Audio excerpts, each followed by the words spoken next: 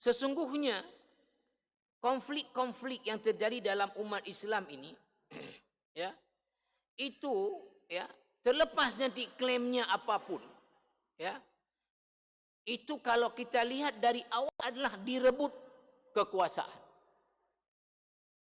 Maka sekarang pun kalau kita lihat, bolehlah ini karena ini Syiah, ini Sunni, ini. Tapi sesungguhnya yang direbutkan apa? Kekuasaan. Cuma kadang-kadang untuk mudah untuk menggerakkan pengikutnya, ya, kalau misalnya mohon maaf, saya sebagai pemimpin satu kelompok mengatakan, ayo kita serang mereka supaya nanti ketika kita berkuasa kita bagi-bagi tumpuk. Itu orang nggak akan mau ikut. Dunia yang dikejar. Nggak mau saya. Tapi kalau pakai dalihnya, kita yang benar, orang lain nggak benar. Kita serang mereka. Nah, ini orang kemudian akan mudah digerakkan. Seperti tadi Khawarij menggerakkan orang. Apa yang dia gerakkan? Wah, Ali itu nggak berhukum menurut Quran. Berarti kafir.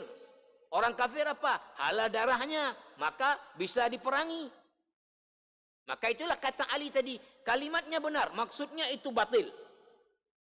Apa? Menggunakan dalih agama untuk merebut kekuasaan. Maka saya menyimpulkan sekarang seperti yang sudah saya sebut di sini bahwa apa?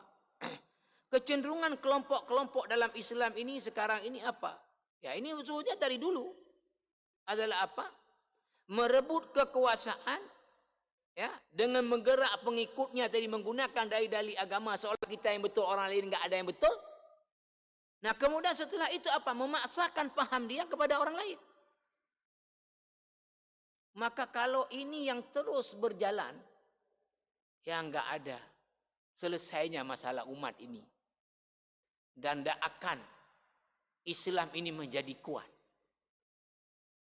Sebetulnya untuk penyelesaian masalah ini itu sudah ada jalan keluar yang ditawarkan oleh tokoh Islam dengan satu kaidah yang beliau keluarkan. Tapi sepertinya kaidah ini kemudian tidak mudah bisa diimplementasikan dan diterima. Walaupun ini kaidah harus diakui tentang kebenarannya. Syekh Muhammad Rashid Ridha, seorang tokoh ulama besar Mesir, muridnya Syekh Muhammad Abduh, mengeluarkan satu kaidah dengan melihat realitas umat Islam ini macam mazhab, macam ormas, macam kelompok. Apa kata beliau? Dengan kaidahnya, nata'awanu fima ittafaqna alaihi wa ya'zaru ba'duna ba'dan fima ikhtalafna fihi. Kita mari saling mendukung dalam hal-hal kita yang sudah kita sepakati. Dalam hal kita berbeda pendapat bagaimana? Mari saling menghormati, menghargai. Sepakat. Ya, tadi Syiah kan sepakat Tuhannya Allah. Al-Quran adalah dalilnya. Muslimin muslimat saudaranya, Ka'bah adalah kiblatnya.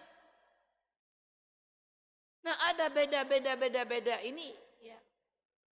Kalau dalam hal yang masalah tidak bisa ditolerir, didialogkan, nggak mau ikut ya, itu adalah tanggung jawab mereka. Tidak kemudian dengan hal-hal yang sepele kemudian apa? Menghalalkan darah orang lain. Sehingga kita sesama Allah Tuhan yang sama, akhirnya perang berkawan dengan siapa? Yang Tuhannya adalah dewa-dewa, yang Tuhannya nggak ada Tuhan. Bahkan di kita mohon maaf, perkara yang disepakati oleh ulama, perkaranya adalah furu'iyah ijtihadiyah. Masalah bukan di akidah, di fikih.